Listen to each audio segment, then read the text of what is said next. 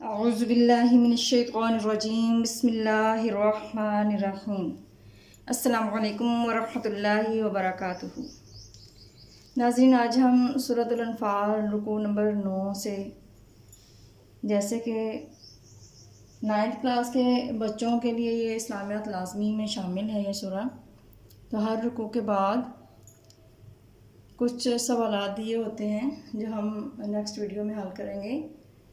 इसके अलावा पेपर में MCQs यानी कसीरुल इंतखाबी सवाल आते हैं, तो हम इन सवालात को आज हल करते हैं कि किस तरीके से सवाल बनकर आते हैं और उनको हल कैसे किया जाता है सही तरीके से। तो चलिए शुरू करते हैं। बिस्मिल्लाहिर्रहमानिर्रहीम। जैसे कि आपको नज़र आ रहा है, सबसे पहले लफ्ज़ लिखा हुआ है हर्रिद का मायनी है उभारो, तरगीब दिलाओ या शौक दिलाओ, हुक्म मानो, शफकत से पेश आओ, तुम इज्जत करो। यानी हमें इससे पता चला कि लफ्ज़ी तर्जुमा यानी अल्फाज मायने से भी कसीरुल इंतखाबी सवालात बनकर आ जाते हैं। तो जो अगर हमने अल्फाज मानी यानी लफ्ज़ी तर्जुमा याद किया हुआ होगा, तो कहीं से भी अल्फाज मानी से अगर ये सवाल बनकर आ जाते हैं तो आसानी से हल किए जा सकते हैं। जैसे कि हर्रिद का मानी है उभारो, तरगीब दिलाओ, तो जो सही ऑप्शन होगा हमने उसके बबल को अच्छे तरीके से फिल कर लेना है।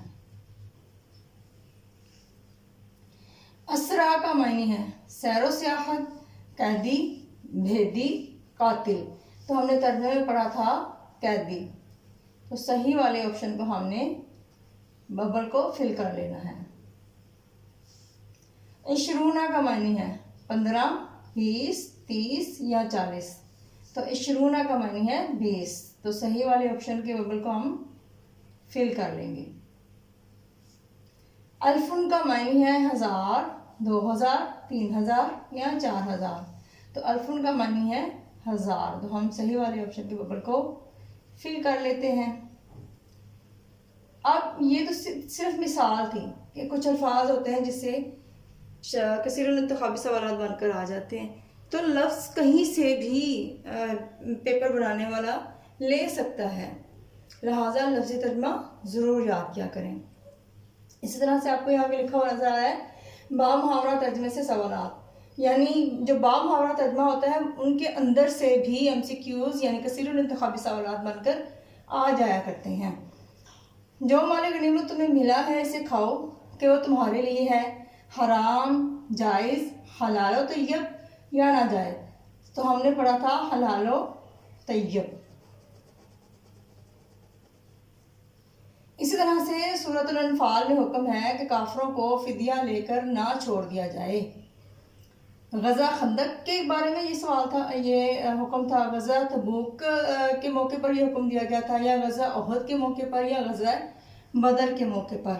तो चूँकि सूरह अनफाल में सबके सारी रुकू में गज़ा बदर के बारे में ही जिक्र हो रहा है, तो ये गज़ा बदर के बारे में हुक्म था, यानी ये हुक्म जो था ये गज़ा बदर के मौके पर आया था। इसी तरह से हम मज़ीद देखते हैं, तुम लोग दुनिया के माल के तालिब हो और खुदा चाहता है, दुनियावी भलाई चाहता है अल्लाह ताला, आखिरत की भलाई चाहता है, आबो अजदाद की भलाई चाहता है, या इन तीनों में से कोई भी ऑप्शन नहीं है। अगर ऐसा कोई सवाल आ जाए कि A, B, C या अलिफ, बे और जीम में से कोई भी जवाब सही ना हो और आखिर पे लिखा हो कोई नहीं, तो हमने उसको हल करना, उस बबल को फिल करना होगा। लेकिन अगर उन पहले 3 ऑप्शन में कोई जवाब दुरुस्त हो तो फिर हम उसी जवाब के बबल को फिल करेंगे। तो यहाँ पे इस सवाल का जवाब है आखिरत की भलाई।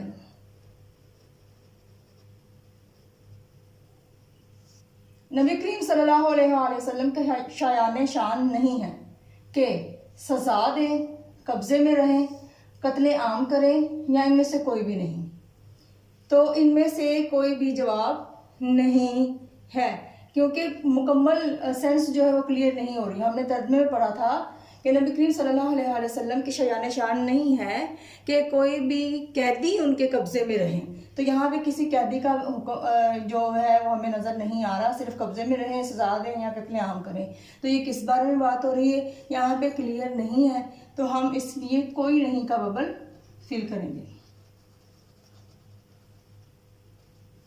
इसी तरह से नबी सल्लल्लाहु अलैहि वसल्लम मुसलमानों को तरगीब दिलाओ जिहाद की, तिजारत की, ज़राअत की या रियाजत की।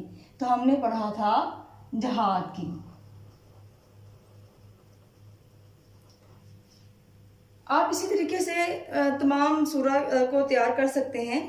तो कहीं से भी अगर जवाब आ जाए, सवाल आ जाए, तो आप आसानी से हल कर सकते हैं अगर लफ्ज़ी तर्जमा याद किया हुआ हो और बा मुहावरा तर्जमा याद किया हुआ हो। अगर आपको मेरी सिखाने की ये कोशिश अच्छी लगी हो तो वीडियो को लाइक करें, शेयर करें और बेल आइकन का बटन दबाना मत भूलिएगा सब्सक्राइब करने के बाद।